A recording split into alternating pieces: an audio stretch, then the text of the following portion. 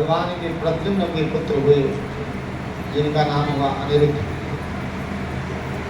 अनिरुद्ध जो है अभी ज़्यादा नहीं बड़े हैं, छोटी उम्र है, बाल अवस्था में।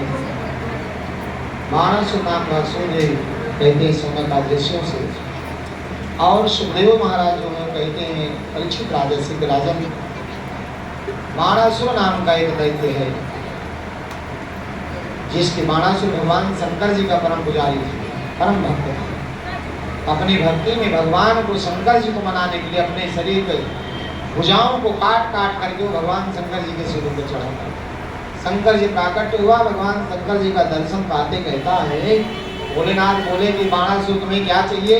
कहा प्रभु हमारी सेवा के लिए जब मैं बुलाऊं तुम्हें तो हमारे पास आ जाना चाहिए, और जब जब मेरे संकट पड़े तो हमारे सामने आप कृपा करना। और इतना सारी बात बोलने के बाद तो प्रसन्न हो गया बाणासुर। अब तो बात बन गई, अब जो चाहूँ वही करूँ। भगवान जो हमारे साथ है तब फिर किस बात की चिंता। बाणासुर की एक बेटी थी जिसका नाम था उषा। उषा को बाणासुर कभी अपने महल से बाहर नहीं निकलने दिया, है ना। पहले बेटियों को बाहर नहीं पढ़ने लिखने के लिए जाने देते थे। तो क्या तब की माताएं काबिल नहीं है क्या? जो पढ़ी नहीं तो काबिल नहीं है, कम पढ़ी थी, थोड़े पढ़ती थी तो काबिल नहीं है। आज ज़्यादा पढ़ ली तो बहुत काबिल हो गई। शिक्षा अच्छी बात है, शिक्षा के साथ साथ ये भी देखते रहो क्या हो रहा है ना, संस्कार क्या है हमारे बच्चे में। पढ़ाई के साथ साथ ये भी देखिए कि बच्चे को संस्कार क्या मिल रहा है, कहाँ जा रहा है, क्या हो रहा है, बेटा क्या करता है, बेटियाँ क्या कर रहे हैं, इस पर विशेष ध्यान दो। आपका बहुत कुछ अभी ये कथाओं को सुन करके भले आप अपना जीवन हमें भगवान के हमारे समर्पण करते हैं, लेकिन आप इतना जानिए कि कथाओं के साथ साथ आपको जो कथाएं सुनाई जाती, जिस भाव में सुनाई जाती, जो भाव कमी है वो पूरा करो। बेटे के लिए, बेटी के लिए, पत्नी के लिए, पति के लिए, परिवार के लिए, समाज के लिए क्या संस्कार हमारे अंदर कमी रह गई है, जो हमारा धर्म बढ़ नहीं रहा, धर्म घटाने की कोशिश कर रहे हैं लोग। बाणासुर जाति का राक्षस है, अपनी बेटिया को कभी बाहर नहीं निकाला, अपने घर में ही शिक्षा दीक्षा कराता है। सखियों को मिलना होता तो उनकी एक बड़ी प्रिय सखी है जिसका नाम है चित्रलेखा। चित्रलेखा चित्र विचित्र अच्छा बनाना जानती है। वो आती है मिलने के लिए, सारी सखियां मिलने के आती हैं, वही सब कुछ होता है। दुनिया का जितना ऐश्वर्याम है सब बाणासुर की बेटिया को वहीं मिलता। उषा कम अवस्था की थी, ज्यादा नहीं थी, किशोरावस्था की थी। उसी की समय की बात है, जवानी में प्रवेश कर रही थी किशोरावस्था से। उस समय की बात थी कि उषा जो है वो रात में स्वप्न देखा कि कोई पराया पुरुष के साथ आया हुआ है। ऐसे रात को स्वप्न देखे हुए अपने कुंवारेपन को देखा कि नष्ट हो। प्रातः काल होते चित्रलेखा आती है, वो पूछती है तो बड़ी उदास लग रही है। उसने अपनी पूरी कहानी बनाई रात की। रात की बीतू ये बात बताई और बताई तो चित्रलेखा ने कहा कि तू उस पुरुष को पहचानती है? उषा ने कहा मुझे रात में जो पुरुष आया था वो हमको मिलना चाहिए। बोलो के बिहारी लाल की बैठ जाइए, बोलिए मत मैया, बोलो मत, आप तो बहुत भगत भाई मैया हूँ। अरे मैया तेरा मोबाइल गायब हो गया, माता तेरे मोबाइल गायब हो गया, मोबाइल बोलो, बोलो मत, बैठी लो, बोलो मत, वो सब बोलने वाले हैं, बोले नहीं आप मत बोलो। कथा सुनो, बहुत प्रेमी हो आप तो। सुबह से लेकर 5 बजे से उठेगी या 2 बजे तक यही काम करती, लोटा लिए पूरा दिन में पूजा करती है। लेकिन चिंता मत करो, जहाँ बैठा जाता वहाँ तो होता ही कुछ कुछ इधर उधर, तो घबराने बात नहीं है, चिंता मत करो, आप बैठो। और वो लोग भी सुनने ही आए हैं, उनके भी सुनने दो। कुछ आप देखो दूसरे से बात करो, बोलो बाकी बिहारी लाल की बात करने के लिए आगे नहीं बैठा, इसलिए कह देते अभी पीछे आए ना, तो आप वहाँ पीछे चले जाओ। जिसको आगे बैठना हो पहले आता, सबसे पहले आगे बैठना। अभी पीछे चलोगे तो आकर के वहाँ से पहुँचोगे सीधे वहीं आओगे। अच्छा इतने चला तुम यहाँ प्रसाद लेके आओगे, यहीं चढ़ाओगे, यहीं बगल में बैठ जाओगे। ये भी नहीं मानते हो कि चलो हम आए प्रसाद ले करके और छोड़ चढ़ाएं और उधर चले जाए, ना किसी को पकड़ा दे उधर चले जाए। इतना ध्यान रखा करो, वो जगह खाली वहाँ चले जाओ कि बहनें आ रही हैं, अभी बेटा वो कहेगा कि वहाँ चले जाओ, उधर नहीं जाए। देखिए हमारी वाली कौन बैठी, कहाँ हमारी सखी कहाँ बैठी, वहाँ जाएंगे। अब सभी बात जगह नहीं जबरदस्ती खींचते, ऐसा मत कीजिए। अच्छा सा कथा सुन लीजिए। आज अंतिम दिवस की विश्राम की कथा है। विश्राम की कथा जो सुन लेता हो 7 दिन नहीं सुना होगा 6 दिन, वो उसको पूरा फल मिलता है। उषा ने चित्रलेखा से बताया कि रात्रि का पुरुष बड़ा सुंदर था। उन्होंने सुंदर चित्र बनाना दीवार पे शुरू कर दिया और चित्र से चित्र अलग अलग बनाना है। जितने सुंदर व्यक्ति बनाया तो भगवान का चित्र बनाया, प्रद्युम्न का चित्र बनाया, प्रद्युम्न के बेटे अनिरुद्ध का बनाया। जब रात्रिका वाला चित्र तो कहती ये पुरुष था रात्रि को आया था, कहा ये तो द्वारिकाधीश के पोते हैं, कहा देवी हमको चाहिए। लेकिन वो चित्रलेखा मायावी थी, वो बड़े चालाकी बुद्धि से चली गई। द्वारिकापुरी में द्वारिकाधीश के दरवाजे के सामने आके खड़ी हो गई। 2 द्वारपाल सामने खड़े थे।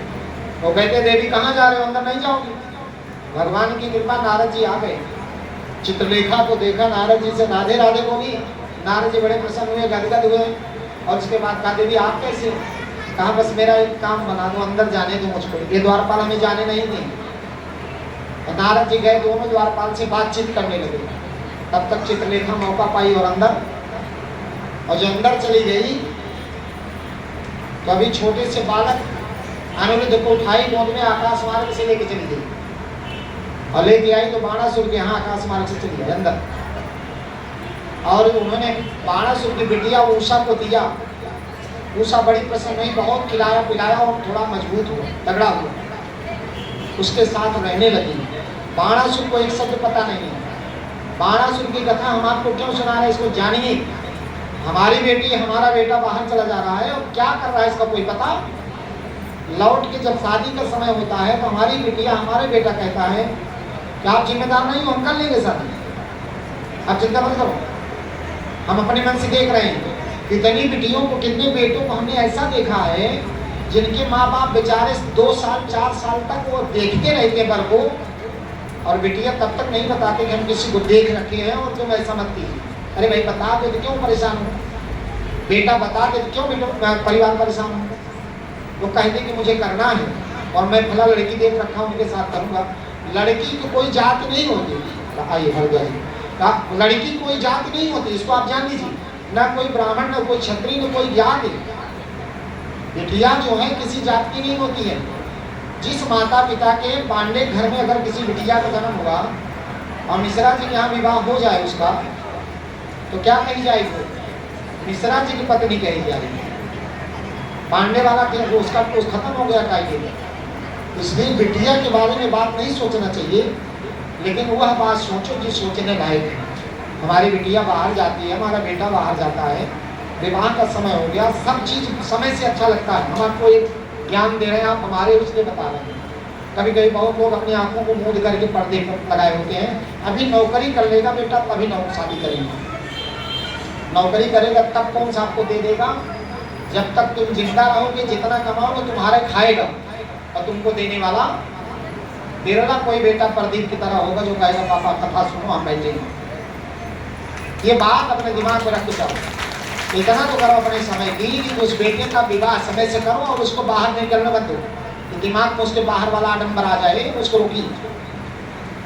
और 7 नंबर को रोक लोगे तो आपका संस्कार बच जाएगा। नहीं तो आप गलत रास्ते पे बेटा चला जाएगा, बेटियां चली जाएगी, क्या करोगे? सिर पे हाथ करके रखो, रोगे, उसका कोई लाभ नहीं है। इसलिए उचित समय पर विवाह कर देना चाहिए और उचित समय से सारा दिन कार्य कर देना चाहिए। उषा का विवाह हो गया, उषा का विवाह नहीं हुआ, बल्कि वो रहने लगा। बाणासुर को पता नहीं, 6 महीना बीत गया। एक दिन बाणासुर का एक कोई नौकर आया और देख लिया उषा के साथ कोई पुरुष बैठा था, वार्तालाप कर रहा। उषा उसको देखा, उन्होंने जाके बताया राजन आपकी बिटिया के साथ कोई वहां बात कर रहा है, कौन है? बाणासुर तलवार ले आया, आए निकलो बाहर, कौन हो तुम? बताया रोते रोते। उषा ने बताया कि ये हमारे द्वारिकाधीश के पौत्र हैं और प्रद्युम्न के पुत्र हैं, ये अनिरुद्ध हैं। पिताजी मैं इनसे विवाह करना चाहता हूँ। विवाह मेरा दुश्मन है द्वारिकाधीश। भगवान तो दुश्मन होते थे राक्षस के, मेरा दुश्मन है, इसको बंदी बनाओ और जाकर उसको बोलो द्वारिकाधीश को तो मैं युद्ध करूंगा उससे। और भगवान को ललकार दिया और भगवान के पोते को अपने घर बंद कर दिया और बंद करके गया युद्ध करने के लिए। और जैसे युद्ध भूमि में पहुंचा तो भगवान भी आए बलराम जी को लड़ने के लिए, जब तो लड़ना ही पड़ेगा, मजबूरी है। और जो लड़ने गए वहां पर तो बाणासुर बहुत चला, पूरी सेना आगे कर दिया। अब खुद एक जगह बैठ गया और याद किया भगवान शंकर जी को, तो भोलेनाथ जहाँ पर हो जल्दी आओ, अब बहुत संकट में फंस गया हूँ, जल्दी आओ। बहुत चालाक है बाणासुर। अब भोलेनाथ सोचा कि अब अपनी बार पहली बार अपनी परीक्षा ले ली जाए। और शंकर जी भागे दौड़े आए, नंदी को पकड़ लिए और आए। जब बैठे तो वहाँ देखा क्या कि बाणासुर एक जगह बैठा। तो बोले क्यों बैठे हो, क्या बात हो गई? कहा वो सामने देखो ना, वो द्वारिकाधीश बलराम और बहुत सारी सेना लेकर के आगे आके खड़े, हमारे मारने की लड़ाई करने का, चलो लड़ो आप। महाराज शंकर जी आगे खड़े हुए, 2-4 बाण मारा। द्वारिकाधीश भगवान बाण मार रहे हैं, आंख में आंसू आ जा रहा है। अरे अपने इष्ट को बाण मारेंगे, कोई मारेगा अपने प्रेमी को, है ना, अपने बेटे को, बिटिया को, भाई को, बहन को, कोई मार देगा ऐसे? जो अपना मित्र होगा उसको कोई मार देगा ऐसे? जगत का स्वामी, जगत के स्वामी से दुश्मनी करा रहा है बाणासुर। भगवान धनुष बाण मारते हैं, आंख में आंसू ले लेते हैं। भोलेनाथ मैं क्या करूं, कहाँ फंसा दिया हमको ला करके?